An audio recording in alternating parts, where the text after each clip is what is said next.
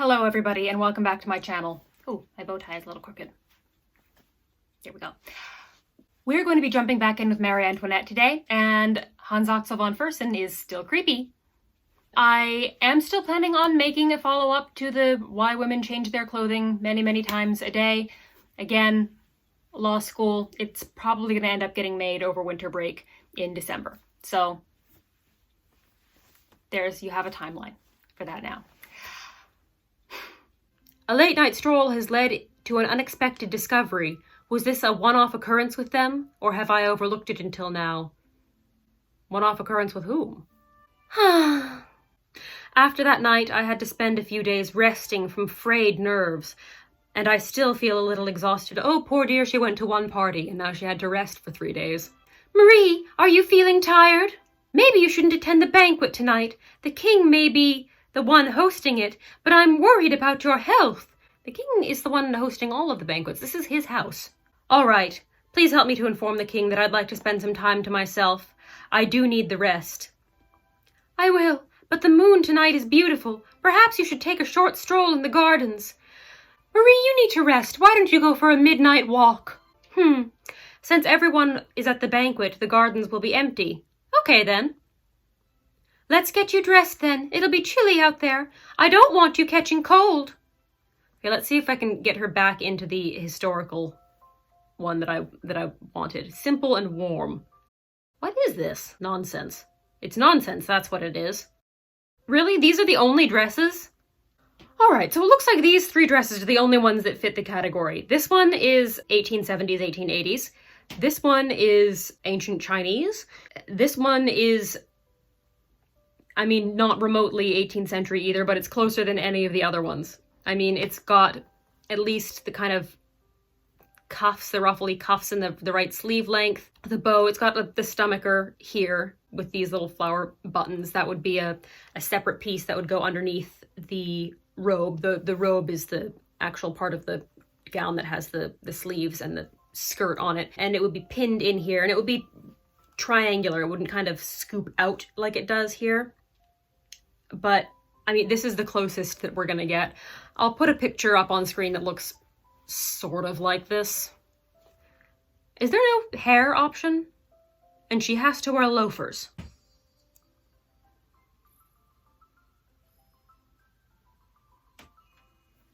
Under the moonlit sky, most of Versailles is sound asleep. Only the breeze passing through the trees and the chirping of insects can be heard. I stand in the garden and suddenly notice figures in the shadows. My attention is immediately drawn. Everyone should be at the banquet. Why would there be anyone else taking a stroll in the garden? Okay, my guess is that this is part of the affair of the diamond necklace. Basically, what happened is that Jean de la Motte was manipulating the Cardinal de Rohan and sending him letters as Marie Antoinette, and eventually the cardinal decided that he had fallen in love with Marie Antoinette and wanted to meet her personally outside of the formal court setting. Now, of course, there was a problem in that he had not actually been corresponding with Marie Antoinette. So what Jean de la Motte did was she found a prostitute named Nicole Leguet d'Oliviat, and she selected her because she resembled the queen and sent her to meet with the Cardinal de Rohan at midnight in the palace gardens. And she wore some sort of thing to obscure her face a little bit, and it apparently worked. So I'm guessing that's what she's going to stumble upon. The light is too dim here, and I can't see your beautiful face, but you're holding a white rose, so you must be the one I'm waiting for. Yes, it is me. A man and a woman meeting so late in the night in the garden.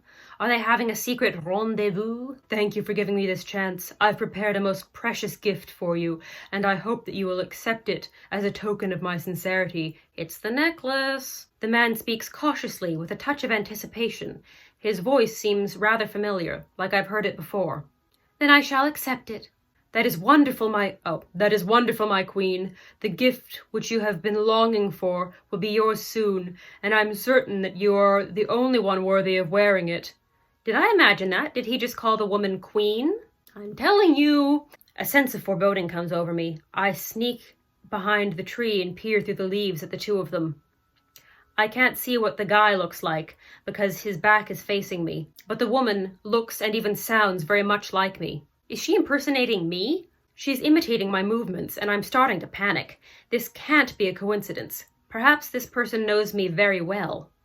I try my best to think about who I've talked to lately. I try my best to think about with whom I have spoken lately. Who might resemble the person I see before me? Gabrielle, Adelaide, the ladies in waiting, all of the aristocrats, even Jean, who I saw a few days ago. That's Jean de Lamotte. None of them could possibly resemble me this closely. It is a prostitute. She is named Nicole Leguet d'Olivier. I wish you would listen to me. I creep a little closer to get a better look, but I carelessly forget where I'm crouching. Oh no! Oh my goodness! I must leave now! Your Majesty, please don't forget what you've promised me, and please forgive me. The Queen hurries away without replying to him. I'm about to yell for the guards, but the man nips into a side path and vanishes within an instant. Heavens, how could I have been so stupid? I should have yelled for the guards the minute I saw them. I guess I should go check out the spot they were standing in. Wherein they were standing, and yeah, why not? I reach the spot and try to look for clues, but I don't find anything amiss. Perhaps I should search the paths they took when they left. All right then, there's a watch on the ground right there. I follow the Queen's tracks off to the left, and I find nothing. All I can sense is an overpowering, cheap perfume. Then I try the man's path, and I see something on the ground. Okay, I told you there was a watch there. That is not what 18th century pocket watches looked like. L. Is this an initial? No, Marie, it is actually a type of rare dancing elephant. It lives within pocket watches that are found on the ground. The pocket watch is finely crafted and rare even in Versailles. No, people in Versailles were rich or living off of loans. They had pocket watches. He's also evidently familiar with the layout of this garden, so he must be someone important. That's actually a fair point. Those gardens are a maze, and they are huge, so being familiar with the layout of the gardens does mean that you've been there quite frequently. The impersonator, as well as their conversation, are making me feel incredibly ill at ease. She put the watch back on the ground. If I tell the king about this directly, will anyone believe me?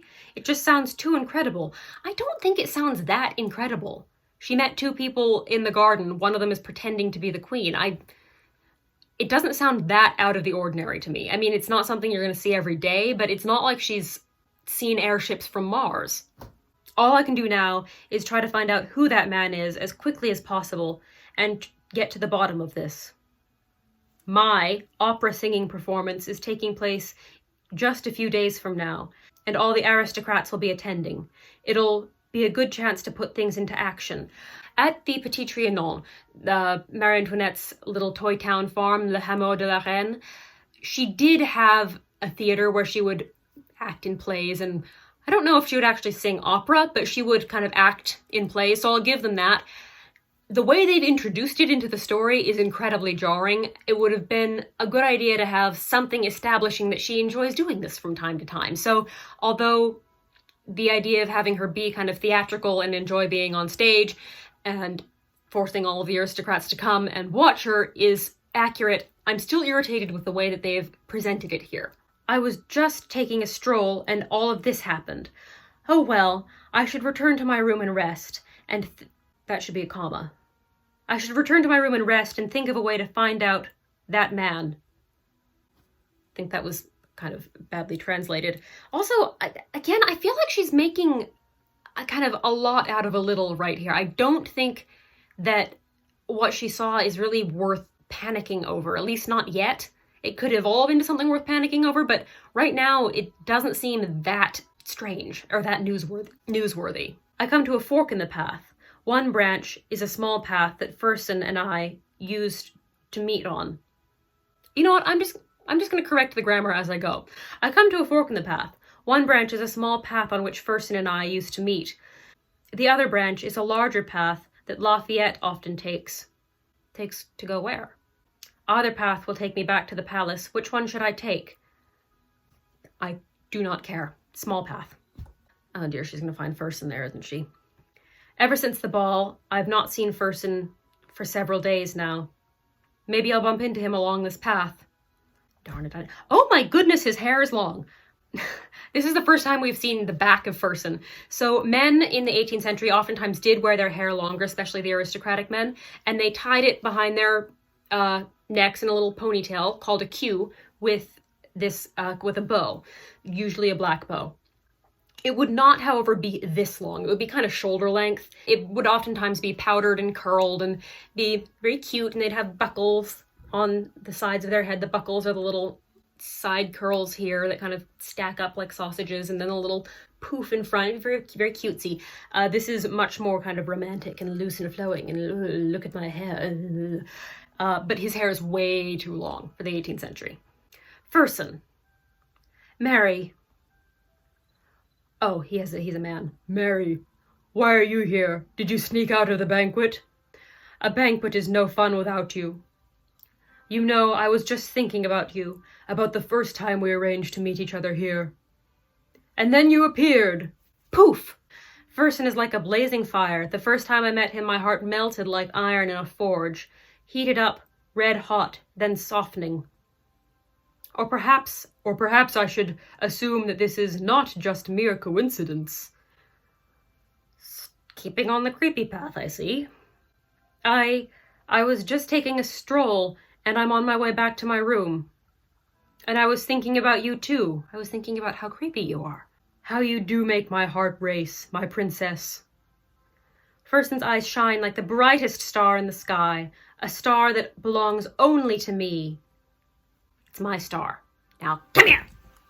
My princess, I wish that he would stop calling her my princess. It's getting kind of frustrating. Just call her Marie or Mary. I guess he did, but still. My princess, I hope this chance meeting will help ease all your troubles and take away your exhaustion. Does he really think that his presence is enough to take away people's fatigue? His eyes are filled with care and concern for me. I freeze for a moment. Surely his senses can't be that sharp. How did you know? You're the most important person in my heart. All of my attention is focused on you. How could I possibly not know? I watch you when you sleep. I stand there over your bed every night and just smell your breath. Come on, you know that's what he was about to say. My princess, what is troubling you? No matter how big the problem, I'm sure I can find you a solution. At the moment, her biggest problem is Fersen. Her biggest problem is not the affair of the diamond necklace. That's going to become her biggest problem later on, but she doesn't know what's going on yet. So right now, Fersen is her biggest problem. I'm unable to answer him right away. I'm not sure if I should tell him at all. I might get him into trouble too. How would telling him that you saw somebody impersonating you get him into trouble? Do you have any faith in me, Marie? When I returned from the war, American Revolution, I swore to myself that I would spend the rest of my life loving you.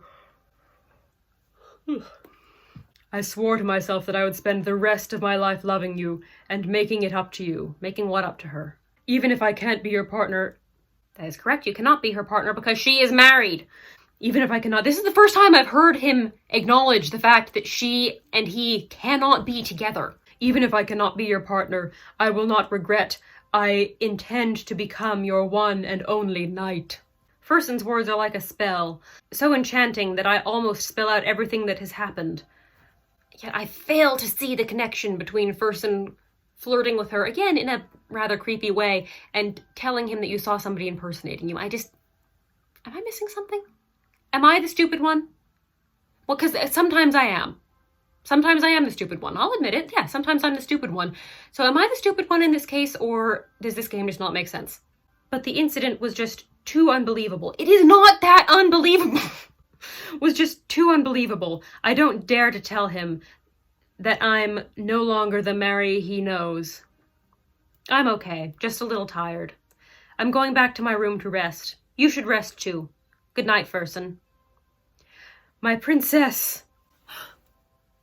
It's also odd that she only addresses him by his surname. If you were desperately in love with somebody, you wouldn't just say, "Oh, hi, Jones. Jones, I love you." You would probably address them at least by their first name, if not have some sort of pet name. I ignore Fersen, gather up my skirt, and run off to my chambers. I sneak a glance over my shoulder and spot him standing forlornly by himself, looking in my direction with a look of intense worry. Fersen, I'm sorry. I'll tell you someday when I'm ready. I dash off as fast as I can, without looking around. His wounded eyes are almost more than I can bear. Why are his eyes wounded? Like, I'm assuming she didn't actually poke him in the eye, that he just, like, feels hurt for some reason. But I don't see what she did to hurt his feelings. She just said, I'm tired, I want to be alone. That's not... It's not personal. He's got to stop taking everything so personally. He's too intense. Thank you so much for watching this video. Please don't forget to comment, like, subscribe, share, ring the notification bell so you get notified of future videos. That really, really helps this channel. If you would like to help the channel in more ways, you could support me on Patreon. No hard feelings if you can't. Speaking of Patreon, a huge, huge thank you to Mary Royal, Kit Kat Stitch, Sandra White, Emily Donnelly, V. Birchwood, Kiara Kraft, Patricia Bentley, The Turtle Moves, and Amanda Martin. If you can't support me on Patreon, that's absolutely fine. I entirely understand. But you should follow me on Instagram because that's free. So you don't have an excuse not to. So I will leave Patreon, Instagram, and my email linked down below. So you can always find me, and I hope to see you around next time. Bye-bye.